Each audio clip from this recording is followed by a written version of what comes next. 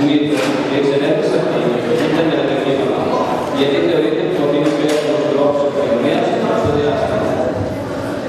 Τα εγχειρήματα έχουν πολλές ιστορίες, οι οποίες μπορεί να είναι είτε οικονομικές, είτε τεχνολογικές, είτε φυσικές. Αλλά και πολλές φορές κατάσταση να είναι στον κόσμο, ή στην θεωρία σου. Αν όμως ανακαλυφθεί στα παραξία νύχτων, θα πω ότι είναι τα μεγαλύτερη ανάγκη στην ιστορία του κόσμου. Και ίσως επιφέρει τις ίδιες αλλαγές, τους τρόπους και την λογική μας και τους ίδιους.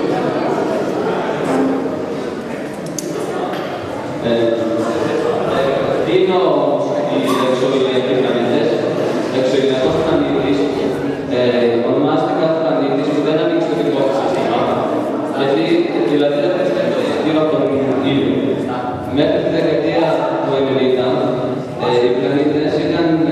οι πλανήτες αυτοί ήταν αποκλειστικά θέματα του θεωρητικό, της μικροκοσμογονίας και των συγγραφέων επιστημονικής φαντασίας, που δεν υπήρχαν τα τεχνικά μέσα για να αναπτυχθούν.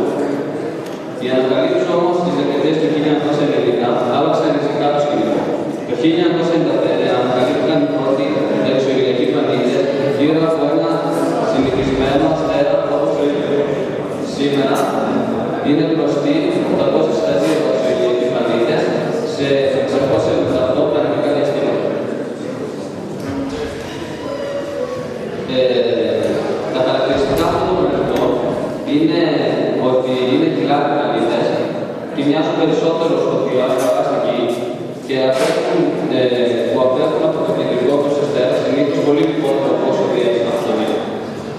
Λόγω της ταχύτητας στο άστρο και του μεγάλου μεγέθους, ένας πλανήτης αυτοκίνητου, η κατάσταση συνήθως ανεπίσημα ως καθόφυντιας ή καθόφυντο. Προς το παρόν, εντοπίζονται περισσότεροι πλανήτες του ίδιου μεγέθους, επειδή είναι πιο εύκολα παρατηρήσιμα.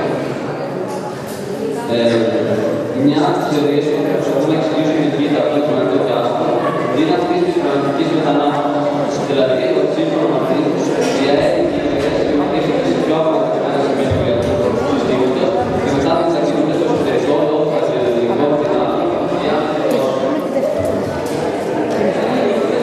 δυνάμει για την εξωγήινη ζωή. Είναι πάρα πολλοί άνθρωποι που ισχυρίζονται και ότι στον ουρανό παρά στην Γη. Κάποιοι από αυτούς πιστεύουν ότι υπάρχει στην Γη, ενώ άλλοι σκέφτονται διαφορετικά και προσπαθούν να εξηγήσουν αυτό το φαινόμενο και το παρουσιάζουν στον τεχνόλογο. Στις περισσότερες περιπτώσεις που έχει δοθεί κάποια λογική εξήγηση. Υπάρχουν όμως και περιπτώσεις ανεξήγητες και ανεξήγητες. Είναι άρα και εξωγήινες κάποιοι ή όχι θα παρουσιάζουν. Τόσο η διάσταση του χρησιμοποιούμε όσο και οι ισχυρισμοί, ορισμένων και προσωπικές επαφές με τους εξωγήινους είναι προβληματικές, καθώς και στις δύο περιπτώσεις δεν υπήρχαν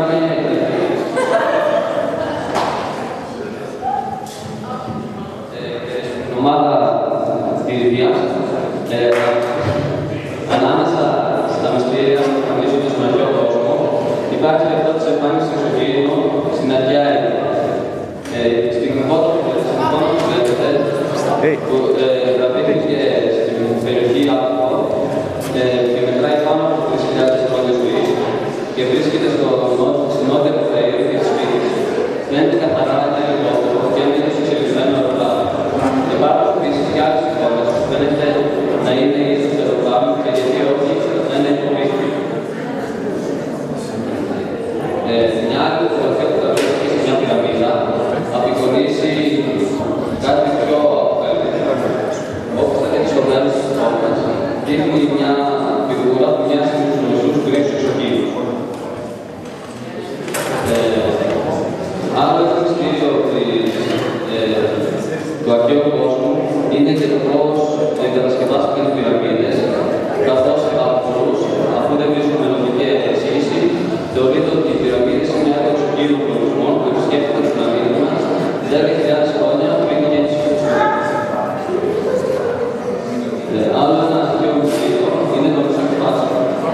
Το νησί του Πάσχα βρίσκεται στο νότιο Ειρηνικό μεταξύ της Χιλής και της Ταϊάννης. Είναι ασαφές γιατί το νησί του Πάσχα κατασκεύασταν τα άρματα σε τέτοιο πράγμα. Το πώς κατασκευάστηκαν είναι σχεδόν άθρομα.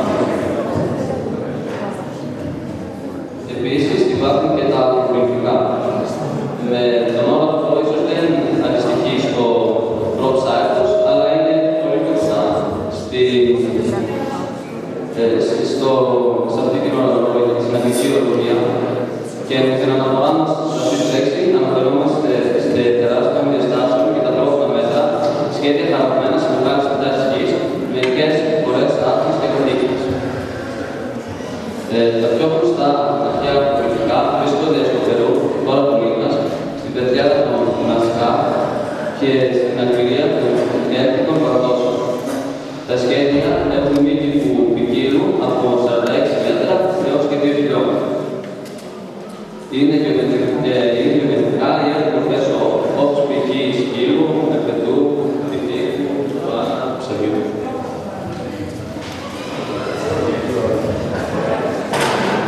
Κάποια σημεία δείχνουν την ανατολή του ήλιου και το μερικό ή θερινό εργοστάσιο.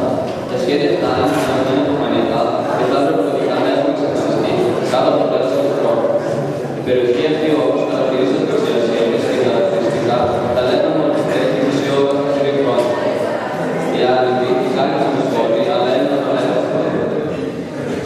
Η κάθε ομάδα έχει τα φαινόμενα του βιβλίου και όπως ξεκίνημα στα πιστεύετε και τώρα. Ασχολήθηκα με την ιστορία του ελληνικού που συζητήσαμε. Πριν από 40 χρόνια η ιστορία του ελληνικού στην ανθρώπινη φυγή θεωρείται φάσεις παραστήσεις. Πρώτη επίσημη αναφορά θέα στη Σάντια, σύμφωνα με εποχή, θεωρείται η αναφορά του Χριστουγεννιάτικα και ερασιτέχνη του τόπου και είναι πλάτα. Το 1947 ξεκινάει το πρόγραμμα Σάντια και η χώρα του Ξένου. Το 1948 γίνεται έκδοση έκθεσης, όπου καθιστούσε ότι τα άδεια ήταν διαπολιτικής προέλευσης αισθημόπουλων. Όμως αποφασίστηκε να συνεχιστεί η μυστικότητα για τη λίγη καταστροφή της έκθεσης του Σάντια. Η πολεμική αεροπορία διώκεται να αποφυλίσει την άδεια και ιδιοποιώντας τους αυτόντες μάρτυρες. Επίσης, το πρόγραμμα του Σάντια να αντικαταστήσει το πρόγραμμα του Ράις. Τον Ιούνιο του 1947, έξω από το νόμο της ΣΥΠΑ, ανακαλύπτονται στη σελήνη ενός περίπου κεκτημένου. Αμερικάνοι στήριξαν πως δεν είναι βιβλικό, αλλά το τραγωδικό παζόφωνο. Η βάση του Ρόσβελ του 1988 αναφέρει κατηγορηματικά πως η σελήνη έκανε στήλη βιβλικό. Ο τοποματάρχης της βάσης αναφέρει πως θεωρούσε βέβαιο πως οι Αμερικάνοι στρατιωτικές αρχές συγκάλυψαν και απέκτησαν την γνώμη. Το 1949 αναγγελεί η βάση της αναφορές και βάση ερευνών. Το 1951 είναι η συνέχιση του σχεδίου. Το 1952 ξεκινά το πρόγραμμα Γαλάζιο Βιβλίο, το οποίο δεν έχει φωτογραφιάσει με στόχο την κυριαρχία των Ισονάδων. Το 1972 ο Dr. G.R. Smith δημιουργεί κατάλογο του σπίτους αδερφών άλλων. Το 1975 δημιουργείται η οργάνωση Human Wikipedia μετά το χρόνο. Το 1956 ένας αστροναύτης στην Ουδετία παρουσιάζει μια σειρά από φωτογραφίες Σάντια, λέγοντας πως έρχεται σε επαφή με οντότητες όπως τα ελληνικά ποδηλιάνα και πως αυτές οι οντότητες ανέφεραν πολλά πράγματα σχετικά με την ανθρωπότητα. Το 1941 ένας Ρώσος επιστήμονας αποκαλύπτει στην μεταξύ του πως υπάρχουν πάνω από 50.000 κατηγορημένες εμφανίσεις Σάντια και το 1957 ως το 1979 έχουν γίνει και 10 προσγειώσεις. Ο ίδιος προέρχεται από το πρώτο διαστημόπλαιο της Ελληνικής Προέλευσης και μάλιστα αυξημένες τεχνολογίες. Το 1989 γίνεται ευρέως γνωστή η περιοχή 51 να είναι ονομάδα Πασίφικ.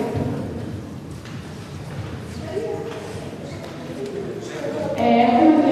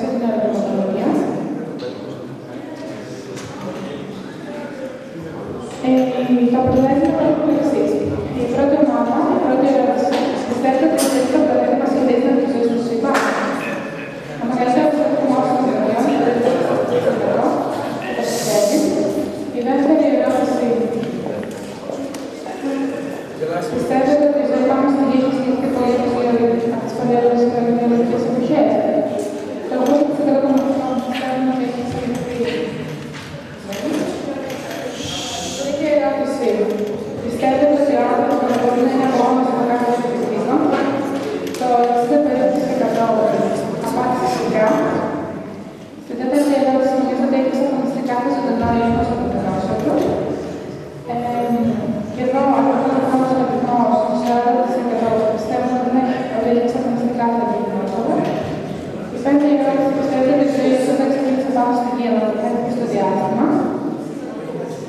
Οι περισσότεροι δεν το πιστεύουν αυτό. Ενώ η τελευταία ερώτηση πιστεύετε ότι στην εξέλιξη της ζωής πάνω στη γη έχουν συμβάλει εξωγήινοι.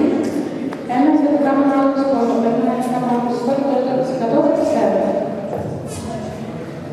Πάμε στην ομάδα 2, όπου η πρώτη ερώτηση ήταν πιστεύετε πως υπάρχει ζωή σε άλλους πλανήτες ή εργαστήματα.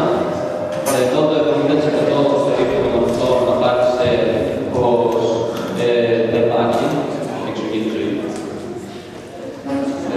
Στην δεύτερη ερώτηση, πιστεύετε πως θα πρέπει να συνεχιστεί η έρευνα για εξωγήινη ζωή, όπως για παράδειγμα το πρόγραμμα μας έχει. Και εδώ περίπου το 80% των ανθρώπων απάντησε θετικά.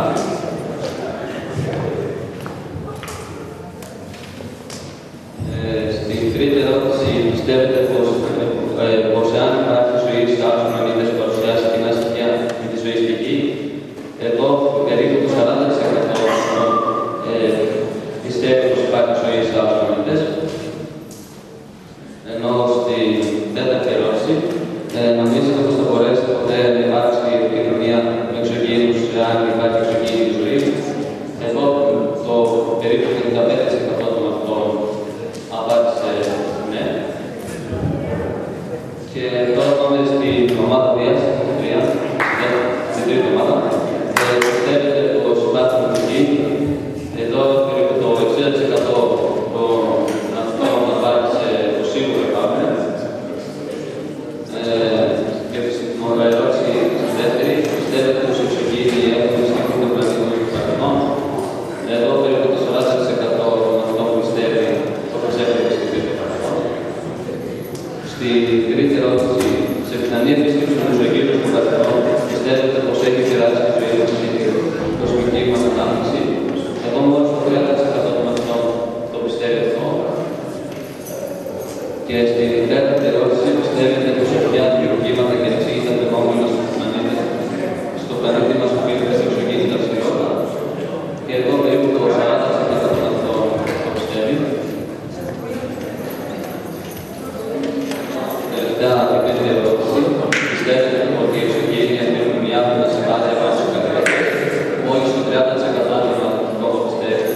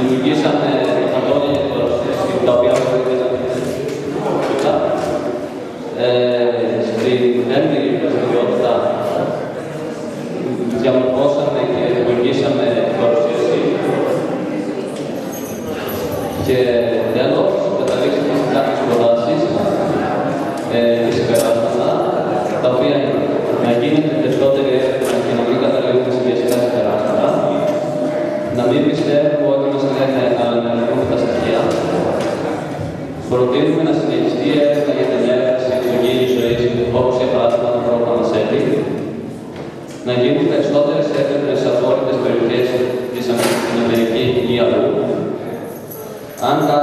Αν κάτι ξέρουν οι κυβερνήσεις να μην το κρατήσουν μυστικό, αλλά να το ανακοινώσουν με τον κατάλληλο τρόπο. Να δοθούν περισσότερα χρήματα στην επιστημονική έρευνα, παρόλο που υπάρχουν δυσμενείς οικονομικές συνθήκες. Να δημιουργηθούν περισσότερα επιστημονικά προγράμματα στην εκπαίδευση για να ενημερωθούμε καλύτερα μέσα από αυτά. Σε αυτή την ερευνητική εργασία συμμετείχα η ομάδα 1, Άβατα, Αλεξανδρίδου Κριστίνα, Αργαλίου Ελένη, Καλασπίδου Βασιλική, Σαββούρη Δέσποινα. Στην ομάδα 2, Εξωγήινο Φαινόμενα, η Ατομική του Αναστασία, Άντζο Ελευθερία, Άντζο Αγγελική, Πανάμου Θεοδώρα, Παπατσιμούλη Βιολέτα, Θεσιόμου Μαθήνα. Στην ομάδα 3, ομάδα 3-2.